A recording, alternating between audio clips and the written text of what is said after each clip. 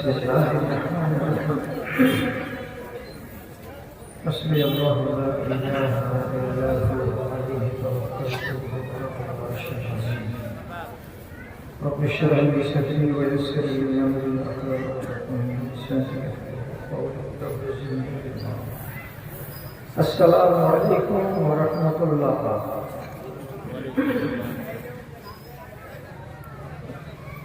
إن الحمد لله نحمده ونستعينه ونستغفره ونعوذ بالله من شرور أنفسنا ومن سيئات أعمالنا من يهده الله فلا مضل له ومن يضلل فلا هادي له وأشهد أن لا إله إلا الله وحده لا شريك له وأشهد أن محمدا عبده ورسوله. أما بعد أعوذ بالله من الشيطان الرجيم. بسم الله الرحمن الرحيم. كل نفس ذائقة الموت ثم إلينا ترجعون. وقال الله تبارك وتعالى وإنا لجاعلون عليها صعيدا جرزا.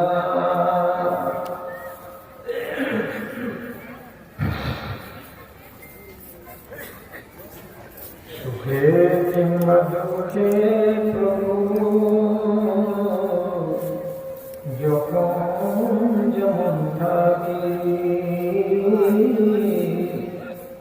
এই মোনাজাত করি খোদা তোমায় মনে রাখি তোমায় মনে রাখি।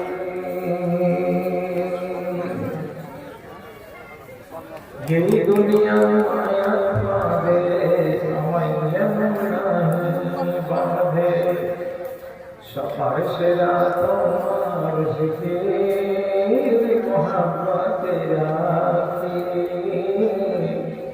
এই মোনাজাত করি খোদা তোমায় মনে রাখি আমি তোমায় মনে রাখি।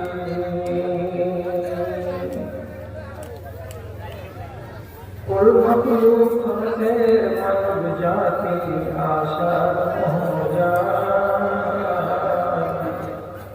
আল্লাহ ছাড়া হবে সব হবে কঙ্কালে সব হবে কঙ্কাল।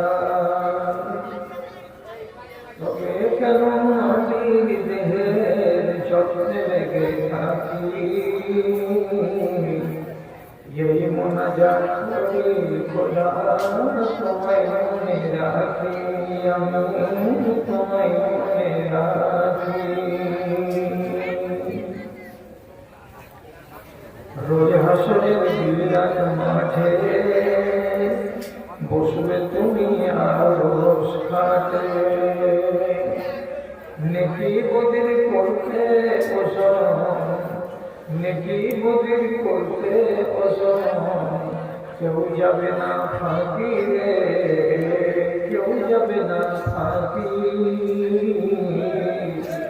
ये মোনাজাত করি খোদা তোমায় মনে রাখি আমি তোমায় মনে রাখি।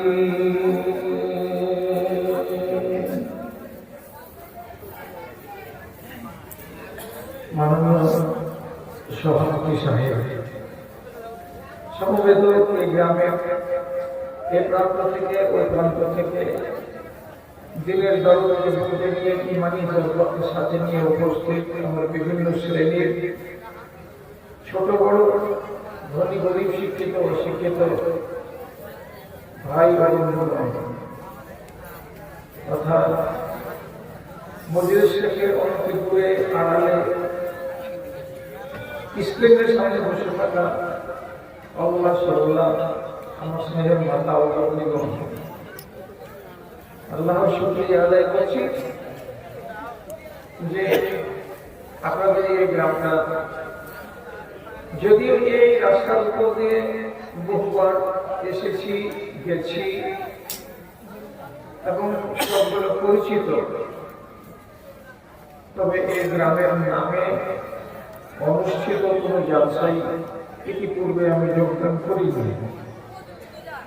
আজকে এখানে আমার প্রথম আগমন, আপনাদের মুখোমুখি হয়েছি, দু চারটি কথা বলার আল্লাহ তাআলা সুযোগ দিয়েছেন। আমি বলছি, আপনারা সেগুলোকে শুনবেন। আমার দায়িত্ব হলো কথাগুলোকে ঠিক বলা এবং কথাগুলোকে সুন্দর করে গুছিয়ে সাজিয়ে বলা, আর আপনার কাম হলো কথাগুলোর প্রতি শ্রবণ করার পর শ্রদ্ধাশীল হওয়া এবং তার প্রতি আপনার একটা মন মানসিকতা এরকম প্রকাশ পাওয়া যে শুনলাম, জানলাম, এবার আমরা মানলাম। আমরা উভয় পক্ষ এই রকমের মন মানসিকতা নিয়ে কিছু আলোচনা শুনি। হতে পারে আল্লাহ তাআলা এই আলোচনা থেকে আমাদের মধ্যে থেকে যদি 10টা মানুষকে সুপথের পথিক বানিয়ে দেন, তাহলে এটা আমাদের অনেক বড় প্রাপ্তি। আরম্ভ করছি কথা। যেগুলো সফরে শেষে আর প্রত্যাবর্তন আছে, যাত্রা হয়। আপনি এখানে কোনো বাজার গেলেন, যে জরুরি জিনিস ছিল সেদিকে ক্রয় করলেন, ক্রয় করার পর সেখান থেকে আপনি আবার ফেরত যাত্রা শুরু করবেন। 5 কিলোমিটার 7 কিলোমিটার দূর গেছিলেন, প্রয়োজন পুরো হলো, এবার আপনি উল্টো মুখে হাঁটা দিবেন। এই উল্টো মুখে হাঁটা দেওয়াটা হলো প্রত্যাবর্তন, এটা হলো ফেরত যাত্রা। এইটা আল্লাহ তাআলা প্রত্যেক জিনিসের সাথে লিখে রেখেছেন। একবার অগ্রযাত্রা হবে, আর একবার পিছন যাত্রা হবে। এখান থেকে আমিও রেহাই পাবো না, আপনিও রেহাই পাবেন না, পৃথিবীর কোনো কিছু রেহাই পাবে না। তাহলে কথাটাকে যদি বুঝতে চাই, তাহলে এভাবে বুঝি। একদিন আসমান ছিল না, জমিন ছিল না, পাহাড় পর্বত নদী নালা কিছু ছিল না। রব্বুল আলামিন আসমানকে সৃষ্টি করলেন, জমিনকে সৃষ্টি করলেন, পাহাড় পর্বতকে সৃষ্টি করলেন। এই দুনিয়াতে যেভাবে সাজাতে হয় সেভাবে সাজালেন। তারপরে আপনারা জানতে পারছেন আমাদের মাথার উপরে আসমান, পায়ের তলাতে জমিন। এই আসমান এক সময় ছিল না, তিনি তৈরি করলেন। এই জমিন যেভাবে তৈরি করা আছে এভাবে একদিন ছিল না, একে আল্লাহ তাআলা তৈরি করলেন। এদের ফেরত যাত্রার উদ্দেশ্যটা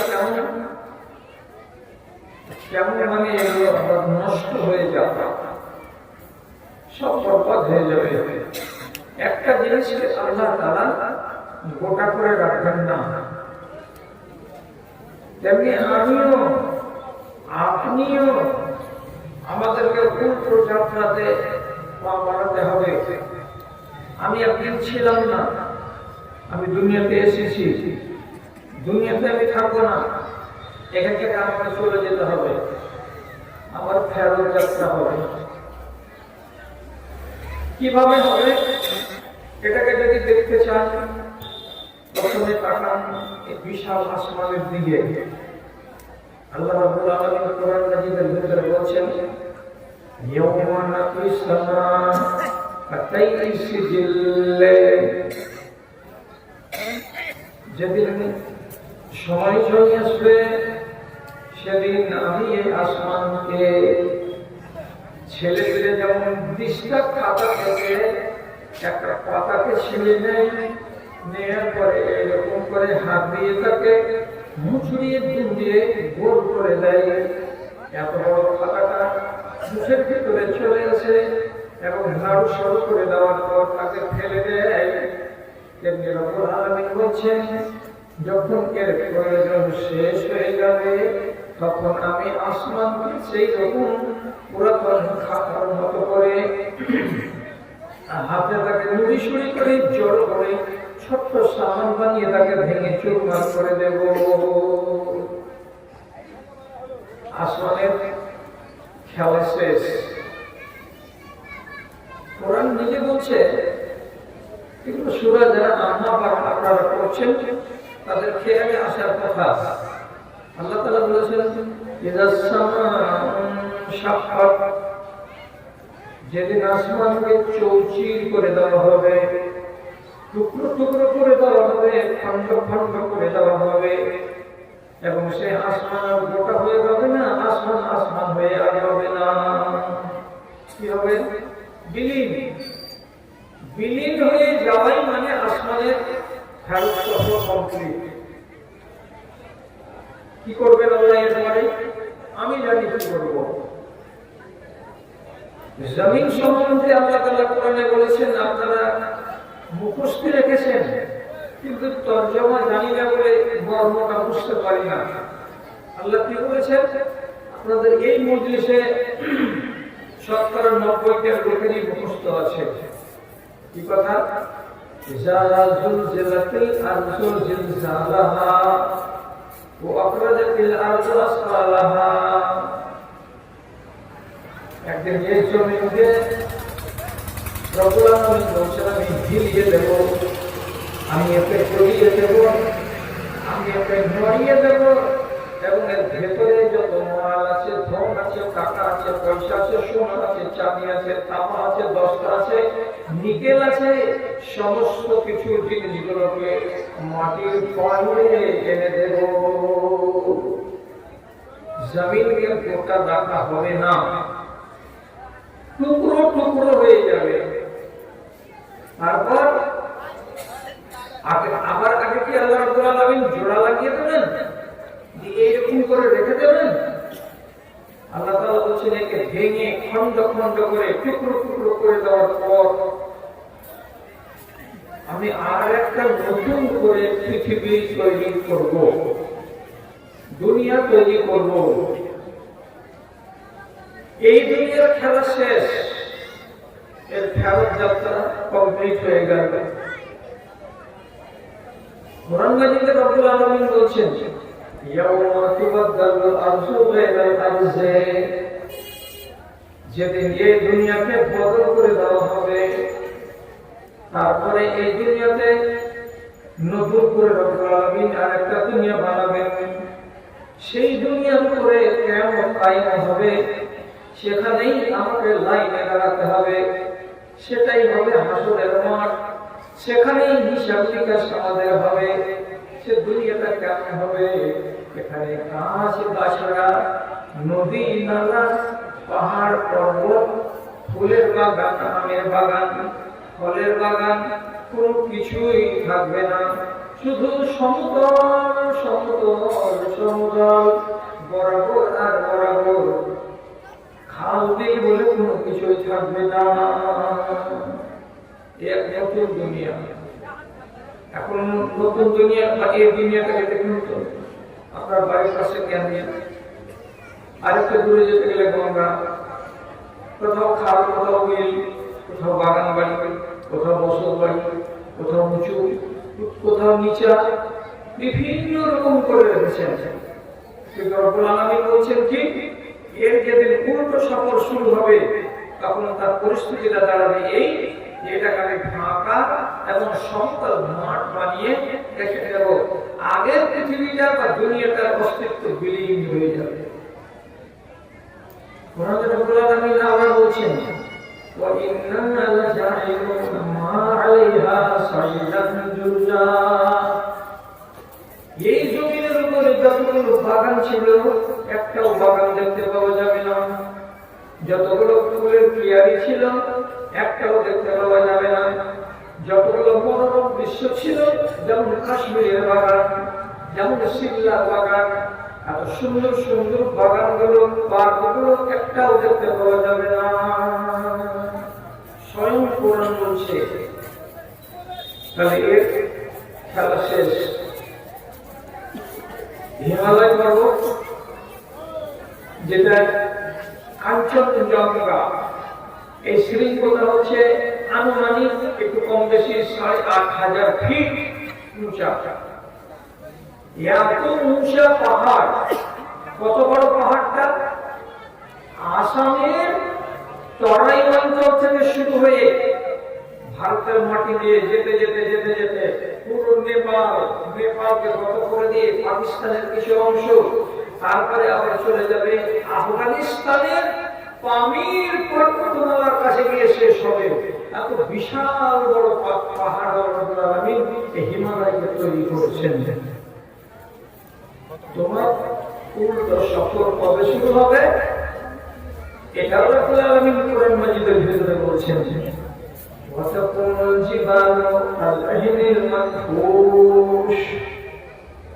তোমাদের চোখের সামনে এই পাহাড়গুলোকে একটা তুলাকে লেপানাবার আগে একটা ধুনিয়া লোক তার মেশিনটাতে লাগিয়ে দিয়ে যেমন ধুনবার কালে তুলাগুলো হালকা হয়ে যখন বাতাসে উড়ে বেড়ায়, ঠিক সেই রকমই হিমালয় পর্বতের পাথরগুলো তুলার মতো সব উড়ে বেড়াবে, একটাও গোটা হয়ে থাকবে না। সারা পৃথিবীর এ প্রান্তে ও প্রান্তে ছড়িয়ে ছিটিয়ে যেদিক সেদিক হয়ে যাবে এবং পাহাড়টা আর পাহাড় হয়ে যাবে না। এবার জিজ্ঞাসা করেন, উল্টো সফর তো সকালই শুরু হলো নবী সাহেব, শিবারের দিন শুরু হবে, এটা বলেন কখন শুরু হবে? এর জন্য কিছু লক্ষণ আছে। লক্ষণগুলো মানে সেগুলো যদি একটা একটা করে আমরা শুনি আর একটা একটা করে আমরা জানি, তাহলে শর্ত হলো এগুলোকে বিশ্বাস করা। কি করে, কেমন করে শুরু হবে? তো আল্লাহ রাব্বুল আলামিনের নবী বলছেন, লক্ষণগুলো উম্মতীদেরকে দুই সাথে শিখিয়ে দাও, শুনিয়ে দাও, ওরা যেন বুঝতে পারে যে হ্যাঁ কবে হবে। একটা মানার মতো লক্ষণ কি? নবী বলছেন, লা তাকুমু সাআতু হাত্তা ইয়াতাবাহান নাসু ফিল মাসাজিদে। এগুলোকে অতদিন নষ্ট করা হবে না, অতদিন উল্টো যাত্রা শুরু হবে না, যতদিন পর্যন্ত এই কয়েকটা জিনিস মানুষেরা নিজের চোখে দেখতে না পাবে। কি? এক নম্বর বললাম, যখন দেখতে পাবে গ্রামের মানুষেরা, এলাকার মানুষেরা মসজিদ নিয়ে গরম দেখাদেখি করে, মসজিদ নিয়ে গলাবাজি করে, মসজিদকে নিয়ে তারা প্রতিযোগিতা করে। কেমন প্রতিযোগিতা? তোমরা কয় কালার করেছো? ইসলাম করবানা যে এক কালার করেছি, আমরা 2 কালার করবো। আপনি জিজ্ঞেস করতে যাবেন এখান থেকে পশ্চিম দিকে, আপনি এক গ্রাফে দিয়ে বলবেন তোমরা মিনারা বানিয়েছো, কত টাকা দিয়ে মিনারা বানিয়েছো? বলে 15 লক্ষ টাকা। আমরা তখন বলবো আমরা একটা মিনারা বানাবো, সে মিনারার টার্গেট রাখা আছে 35 লক্ষ টাকা। তোমাদের মসজিদে কয়টা চোখ লাগানো আছে? বলে 2টা। আমরা মসজিদের চোখ লাগানো 4টা। তোমাদের মসজিদে কি এসি লাগানো আছে? বলে না, আমরা এসি লাগাতে পারিনি, 5 থেকে 7টা ফ্যান লাগিয়ে রেখেছি। আপনি তখন বলবেন কি, আমাদের মসজিদে আমরা এসি বসাবো, এইবার রমজানে সবাই এসিতে নামাজ পড়বে। আপনি বলবেন আপনাদের মসজিদে কি মেঝেতে পাড়া আছে? বলবেন লম্বা লম্বা সব পাড়া আছে, চাটাই পাড়া আছে। আপনি তখন বলবেন তাকে ডেকে, আমরা আমার মসজিদে লম্বা লম্বা মোটা মোটা পুরু মখমলের কাঠ বিছাবো, এমন সুন্দর সুন্দর কাঠ এবং মখমল বিছাবো যে দেখতে গেলে প্রাণ জুড়িয়ে যাবে, মন জুড়িয়ে যাবে। তাহলে ওই পাড়ার মসজিদওয়ালার সাথে এই পাড়ার মসজিদওয়ালা কি করবে? প্রতিযোগিতা করবে কিসের? নির্মাণে। তোমরা টাইলস বসানি, আমরা টাইলস বসালাম। তোমাদের উলুখানাতে নল নেই, আমাদের উলুখানাতে নল আছে। তোমাদের মসজিদের এসি নেই, আমাদের এসি আছে।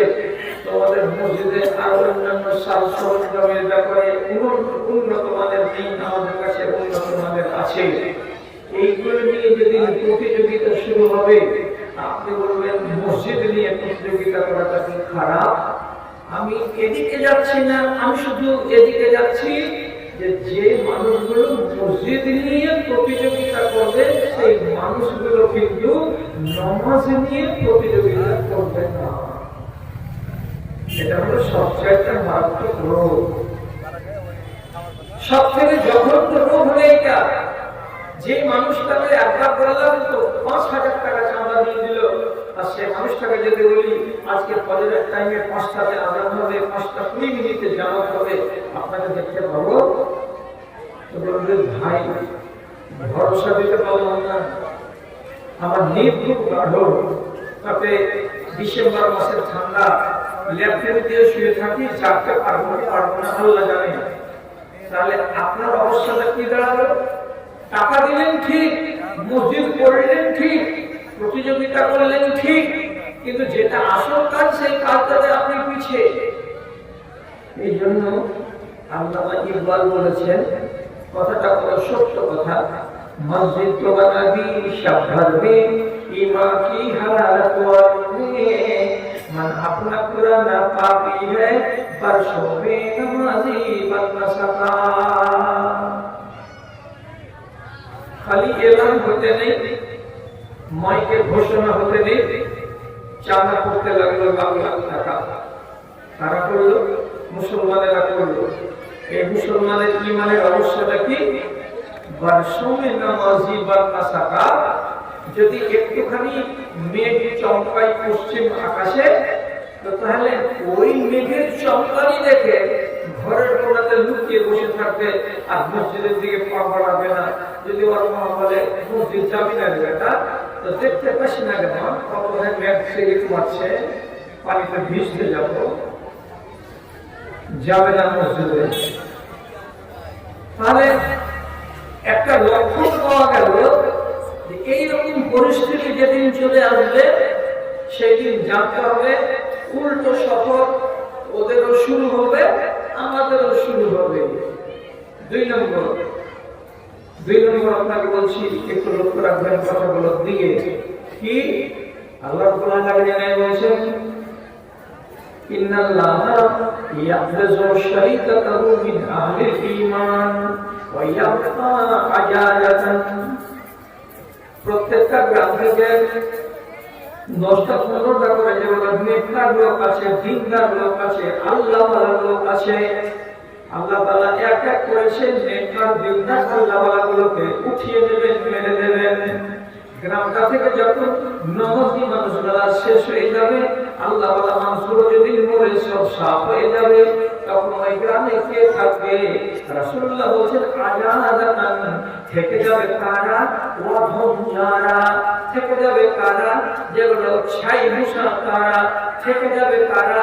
যেগুলো দুর্বৃত্ত, যেগুলো অসভ্য, যেগুলো বর্বর তারা, যারা ন্যাংটা, যারা উশৃঙ্খল তারা।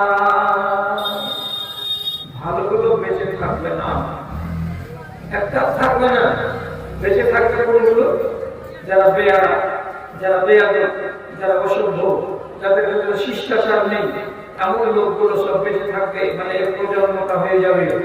তখন আপনি ফের জিজ্ঞেস করে বলবেন, আমি কি দিয়ে বুঝবো মৌলভী সাহেব যে এই লোকগুলো সব বেয়ারা, এই লোকগুলো অধম, এগুলো সব বিশৃঙ্খলাপূর্ণ লোক, এগুলো শৃঙ্খলা মানে না, কি দিয়ে বোঝা যাবে? তখন রাসূলুল্লাহ বলেন, চিনবেন ওই লোকগুলোকে? হ্যাঁ, চিনিয়ে দেন একটু। তখন নবী বলছেন, লা ইয়ারিফুনা মা'রুফান ওয়া লা ইউনকিরুনা মুনকারা। যেদিন তোমার সমাজের ভেতরে এমন লোক বাস করবে, তার সামনে একটা ন্যায্য কথা, এই ন্যায্য কথাটা তারা বুঝতে চেষ্টা করবে না। এটা হলো অন্যায় কথা, অন্যায় কাকে বলে তারা বুঝতে চেষ্টা করবে না। কোনটা ভালো কাজ সেটা তারা বুঝতে পারবে না, কোনটা মন্দ কাজ এটা তারা বুঝতে পারবে না। ভালোটাকে করি বলে এগিয়ে আসবে না, মন্দটাকে ছেড়ে দিই বলে এখান থেকে দূরে সরে যাই, এ কাজ করতে যাবে না। তার মানে কি আপনি বিদ্যা বুদ্ধিহীন হবে, যে তারা তাদের ভেতরে ভালো কি জিনিস মন্দ কি জিনিস চিনার কোনো যোগ্যতা থাকবে না, তারা ধর্মের বিষয়ে এতই কানা হবে। এবার আপনি এই স্ট্যান্ডার্ড অনুযায়ী দেখতে শুরু করেন। তো কালকে উত্তর দিনাজপুরে একটা জালসাতে ছিলাম, সভাপতি অনুরোধ করলেন বসে যান। আপনারা এইভাবে সাপ খেলা যেমন দেখে মাদারের চারিদিকে এরকম করে দাঁড়িয়ে আছেন, আপনারা দয়া করে বসে যান। কাউরি মাথা ধারল না। আমি উঠলাম, উঠার পরে আমি বললাম, বড় ভাই, মেজো ভাই, সেজো ভাই, আপনাদের অনুরোধ করে বলছি আপনার বসতে বসে যান। একটা কথা শুনল না। শেষের বেলা একটু ক্ষিপ্ত হয়ে বললাম, যদি তুমি ধর্মের আলোচনা হবে এই প্যান্ডেলে এসে এত বড় মাতলামি করো, আর এত বড় তুমি যদি স্পর্ধা দেখাও, তাহলে তোমাদের গ্রামের লোকগুলো কি জন্য জলসা ডেকেছিল? এখানে তোমরা গানের কোন মেহফিল লাগিয়ে দিতে আর তোমরা যাহা তাহা করতে, এটাই শোভা পেত। আমি শেষ কথা বলছি, হয় তোমরা বসে যাও, আর না হয় এখান থেকে চলে যাও। আর যদি কোনটাই না মানবে, তাহলে আমি স্টেজ থেকে চললাম।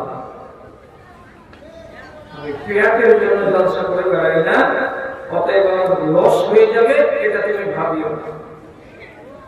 যখন এই কথাটা বলা গেল, আল্লাহর রহমতে ৫,০০০ লোকের মজলিসে ৫০০টা লোক থাকলো, আর বাকি লোক গ্রামে গ্রামে যত ছিল সব রাস্তা দিয়ে গেল, কেউ টিকলো না। তাহলে কোনটার নাম মুনকার এটা বোঝার ক্ষমতা এদের থাকবে না। কোনটার নাম মারুফ মানে ভালো, এ কথাটা বোঝার মতো তাদের বিবেক থাকবে না, তারা বুদ্ধি দিয়ে বুঝতে চেষ্টা করবে না। এইরকম যখন পরিস্থিতি দাঁড়িয়ে যাবে, তখন জানতে হবে কি যে উল্টো সকল কাছে চলে এসেছে। আমরা যত জোর দিয়ে বাজারকে বন্ধ করার চেষ্টা চালাচ্ছি, প্রতিবাদ করছি, তত দ্বিগুণ জোর দিয়ে দেশের একগুলো লোক বাজার বসাবার জন্য চেষ্টা চালিয়ে যাচ্ছে। বাজার নয়তো জলসা কেমন ফিকা ফিকা লাগবে। আর আপনাদের মুর্শিদাবাদের এক মওলানা বুকে সাহস করে এলান করেছিলেন যে বসতে দেওয়া হবে না। আপনাদের এই থানায় নয়, কিন্তু পার্শ্ববর্তী থানায় দিয়ে কার জোরে মেলা বসতে যায়নি। রাত্রি ৯টা পর্যন্ত প্যান্ডেলে একটা ১০ নয়া ৫ নয়া ৪ আনা ৮ আনা কোন বাংলা হাজির হয়নি। মনীষের দিল মার ৪-৫ জন লোক এসে, তোকে কে মাতব্বরি করতে বলেছে রে শালা? কি করলি তুই জলসা? তাই না আমাদের একটাও লোক নাই, দোকানপাট নাই, তো লোক আসেনি। মৌলভী সাহেব মার খেয়ে লাখ। তারপরে মাইকে দিয়ে এলান করলো, এই বসের আদাকারা দেশবাসী আপনারা কান করে শুনেন, আমাদের প্যান্ডেল খুলবে না, আমরা আগামীকালকে জলসা করব, আমাদের বক্তারা আসবেন, তোমরা যে যেখান থেকে আসবে আসবে, এবং আমাদের জালসাতে যতগুলো দোকান পাটওয়ালা সবগুলোই লাগবে। আগামীকালকে তোমরা জমজমাট জালসা করো।